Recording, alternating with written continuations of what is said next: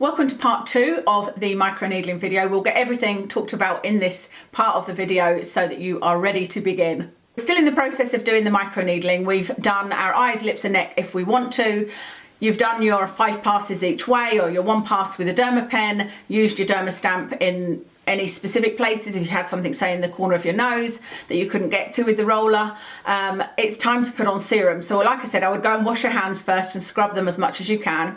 And then I've got quite a few serums that I would recommend to use afterwards. First thing that I think would be really good to put on your skin is some kind of copper serum. I if you have the copper amino isolate serum, that would be the perfect time to be really generous with it and put that on your skin. I have run out of my copper amino isolate serum. You guys know that I didn't think it did anything amazing insofar as anti-wrinkle or anti-age, but I do think it's a wonderful wound healer, and I think that this is the perfect time to use it. So I had a look and I found this serum, and it's by Sensora, and it's called Copper Peptide Serum. They kind of advertise it as a 5% copper peptide serum, and it is not 5%. It's actually 0.05%. That's what it looks like. And it's mixed with hyaluronic acid, and I think there might be a peptide in there. I can't remember now, but it's got nice ingredients. It was £14.99. I'll link it for you. It feels so soothing. It's lovely. It completely disappears. Those little bits are where I was demonstrating the roller when I was pushing it firmly. It sinks in, and like I said, it feels really soothing. So it's really nice feeling, but I think it's also really beneficial to be putting a copper peptide on your skin. There's a lot of talk out there at the moment about whether or not 1% of copper or 5% of copper is too much for the skin and could in itself cause damage. And so this at 0.05% I think is perfect, because you've got some copper there, and you're getting it to penetrate a lot deeper. What else you could use is niacin. This is the Ordinary niacin, and I found that this stung a tiny bit, so I'm not sure whether it was the niacin. It could well have been that stung, so just be prepared for that. And if it's your first time of doing microneedling, I would avoid things that could potentially be irritating, and this is unfortunately one of them. But niacin would be a really good one to use if you were working on your pores. Then put niacin on the pore area. What I should have said before I started talking about serums, the number one thing that's really important is don't use anything with fragrance and don't use anything with alcohol. Try to use pure ingredients where you can, because it's just going to irritate your skin. And remember, I was saying about there's a possibility of reaction. If you use something with fragrance and alcohol and a lot of preservatives, etc., even natural fragrances and essential oils and things like that, you are upping the risk of getting a reaction to it. Ascorbyl glucoside, again, I said that this would be a great one to use before, but it would be a great one to use afterwards. You could use your copper serum and then you could put on the ascorbyl glucoside, or then you could put on the niacin. Hyaluronic acid would also be good to put on your skin. As I said, you can use that before or after, and that shouldn't affect the penetration of other ingredients. So you could put on a hyaluronic acid before you start your microneedling, then put on your copper peptide serum, something like your ascorbyl glucoside, or because you can layer these as much as you want, but I always feel like with skincare it's better to use a maximum of 3 ingredients. You don't want to be using 4 or 5 things on your skin and then they're all diluted. You could do something like this, the Hylamide Sub-Q, or the Matrixyl from the Ordinary, or the Buffet from the Ordinary. Any of those peptides, that's a great time to be putting those on your skin. And then I think you should finish off with something that's really going to nourish your skin and keep it from getting too dry, because this does cause your skin to get dry. Something like this would be good, the bio oil. I need to relook at these ingredients because I have done a review of this. I think I did a dupe video of this, and it's still up there as one of my most watched videos, even though I think I did it 4 years ago. But it is a really good ingredient and it's great for healing especially, so bio oil would be good. I also used the Egyptian Magic that I just bought. That's a great one. It's got honey and beeswax and olive oil in it. That was really good to use at night. Something else that would be good if you know your skin could tolerate it would be the any of the retinoids or retinols from the Ordinary in squalane, but only at the level or lower than what you are already using. So if you have used, for example, the 5% in squalane, the 5% gram-active retinoid in squalane, maybe use the 2% gram-active retinoid in squalane after microneedling. Same with the retinol. If you're using the 1% with no problem, maybe use the 0.2, or if you're using the 0.5, use the 0.2. It's up to you, but just be aware that you're adding an irritant on top of already irritated skin. Again, this is just my opinion. There are websites that will tell you to go and straight put on your retinoid cream and your vitamin C, and I just think that that's asking for trouble. Anyway, the reason that I can tell you I've used so many things on my face is because, I should have told you this actually in the process of how to, the aftercare is that you do not put any makeup on or any sunscreen for 24 hours. So you need to do this if you're working full time, you need to do it at the weekend. You need to make sure you've got nothing on for the following day where you need to wear makeup, not even mineral makeup. You need to be putting nothing but serums and good things on your skin and no makeup. And so for me, I didn't just put it, I did it one evening and put some of these serums and things on, and then the following morning and throughout the following day I was adding things as the day went on. And if my skin felt dry, I would put some of the Egyptian magic on, or I would put some of the bio oil on, or if it was feeling okay, I would put niacin and then put some bio oil on, something like that, so I think that's a really good thing, to spend the day caring for your skin. Okay, the only thing we haven't talked about are pain levels. Let me just say that I don't believe in saying things like, this serum is rubbish, this is painful. Hopefully you've seen that from my channel, because we're all so individual. I'm never going to say something is crap. Well, maybe a few things, but very rarely, because it could work for somebody. And if I said this was extremely painful, there are other people that wouldn't feel it. I know that my sister, for example, has got such a high pain tolerance level, that she would have a completely different experience than I would. For me, this is painful. It's not uncomfortable, it's painful. I can use the 0.25mm Dermaroller all over my face in the 5 times, 20 times in total with no problem at all. But this 0.5 I find painful, or slightly painful in most areas, but when I come to use it anywhere near my lips, I just can't do it. I can't use it. I can just about bear it under my brow, but I find it to be painful if you use it as you should, with a firm pressure to push the needles in. Bear in mind actually that my condition might be part of this, because I have Ehlers-Danlos, loss, and those of you that have EDS as well will know that it affects your skin sensitivity. Our skin is softer, more elastic, but also more sensitive to pain. So that may be why, I don't know, or maybe I'm just a wimp. So when I started thinking about this video, I had no intention of using anything other than a Dermaroller, but when I found out that you need 0.5mm in order to produce collagen, I knew I wanted to use 0.5mm.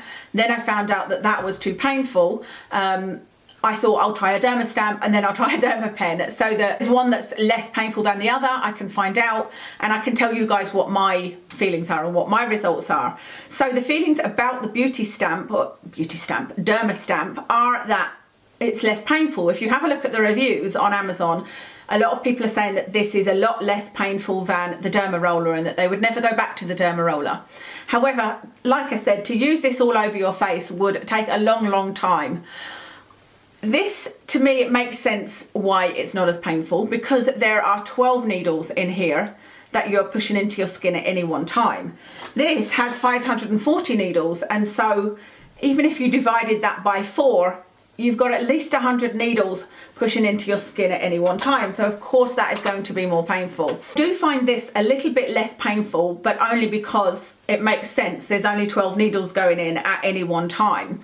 So I was able to use this along my brow, whereas I could barely stand doing it with the Dermaroller. I could barely stand doing the Dermaroller on my lip, and I did manage to push this in the middle, and then that was it. I was trying to do it in other places and I was like, no, I can't do it. It's just too painful. So that's the Dermastamp. I tried the Dermastamp on my neck as well. I don't know whether you can see, there's still red marks, and it was a week ago today that I did my neck. And again, probably a bit less painful, but it would take forever to use that Dermastamp. Final option was this, the Dermapen. And this took a bit of getting used to. I used this in different ways with different lengths over a couple of days. And like I said, I used a 0.75 on my chest, and that was definitely too much. But everywhere else I used a 0.5, and I managed to do it along my lips. I tried it, I might even have some footage. I tried it at first using it without any serum. So in order to do that, like I said, you need to press it and move on and use it like a Dermastamp. Because unless you've got slip to your skin, you can't pull it along, because the needles, if you think, are constantly going into your skin. And so therefore you're dragging your skin. And so you can't move this across your skin unless you have something like an oil or a really creamy, greasy type product like a Vaseline or something like that. So Dermastamping, it's probably about as painful as this Dermastamp. You know, by doing it without any serum and just pressing and moving and pressing and moving, it's about the same. You don't have to worry about the pressure because it's stamping for you. I mean, you could probably hold it a little bit too far away that it didn't actually cause any damage, but it's kind of difficult. It's quite an easy device to use. Using this with an oil on my face beforehand is how I found to be the best way of using it, the least painful. And I was able to use it under my eye, although it was painful. I hadn't put any numbing cream under there. And on my forehead, it wasn't really pain that would bother me whatsoever. And I had no numbing cream, by the way. When you see me doing my head, there was no numbing cream at all. The forehead is supposed to be very sensitive, but I haven't found that. I wasn't aware of that. To me, the most sensitive part is here around your eyes. This is quite sensitive, but not as much as around here. And then on your lips. I think the lips is the most painful, and I couldn't manage to like stretch my lips out as you're supposed to. Well, I might have managed it just when I had the slippy, when I had the oil on and this on fast, you know, I might have been able to do that. So I'm going to use this predominantly for when I do my next microneedling session. I will use this on here, probably above my brow as well. So above and below my brow, around my eyes as much as I can bear, 0.5 millimeters using this, but first putting it on squalane oil. I don't like that I have to put on oil first, because then I have to use like a micellar water or water or whatever to take the oil off, because I want to put other products on, and I know that then I've pushed oil into my skin and it will be harder for the other ingredients to penetrate. But it is the way it is. It really is the only way so far I've found to use this. I need to find something that I might use the vitamin F. That would perhaps be a better one. The Tetrasaipalmitate and vitamin F might be a good one to use with this, but it's definitely better to use it with something that makes it glide. I would put the numbing cream on all around my eyes and on my top lip, because I'm going to leave my bottom lip, and I wouldn't put it on my neck. It's just too big an area. So I'd really just put the numbing cream under my eyes and on my lips, and then I would use this, like I said, always 0.5 along my top lip, around my eyes. And I'm not sure what I'm going to do with my neck, to be honest. I think I would try the 0.5 millimeter with this on just around about my necklines. Just a word about the necklines. I can't remember if I said in another video. Somebody said, well, in fact, a lot of people have sort of pointed out that you've always had those lines. I've said that myself, so why am I trying to address them? But I've had these two lines always, but not these lines down here. So I've developed extra lines. That's number one. Number two, these have got worse because I didn't used to have the problem with the fake tan not sinking into them, although that might be more to do with weight than anything. And also the texture of my neck has changed. So that's why I'm always trying things, and partly because it's my hobby. I mean, I like trying things and seeing if they do anything. I'm not feeling down about it. I'm not worrying about it. You know, it's not something that, it's a frustration more than anything else. And because it's my hobby to try out all beauty things and always has been, then it's fun trying and seeing if anything has an effect. So if I can bear that machine at 0.5 on my bottom neck rings, I might well use it.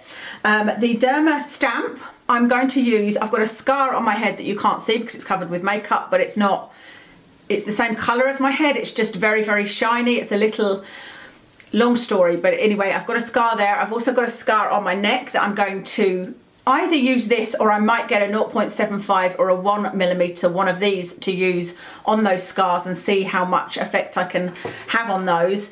And then the roller, honestly, I don't think I'm going to use the 0.5 millimeter roller at all. I think I will use the 0.25 millimeter roller because I really enjoyed that. I feel like it just brought pinkness to my skin, you know, it just made my skin look healthy. It was like I'd been out in the sun, but it felt nice. It wasn't an uncomfortable process, so I'm happy to use that in between the serious treatments. With regard to how long it takes your skin to repair itself or to be back to normal, if you like, well, today is a week since I did my neck, and like I said, you can see there's still this sort of dark patch of skin, and that's where I went too far. But the bits on my neck where I did the 0.5mm, they've nearly disappeared. I'd say everything on my face looked back to normal within 24 to 48 hours. You could see perhaps a little bit of redness, where I'd done it, you know, like on my brow bone there where I did it, and a little bit of redness on my head.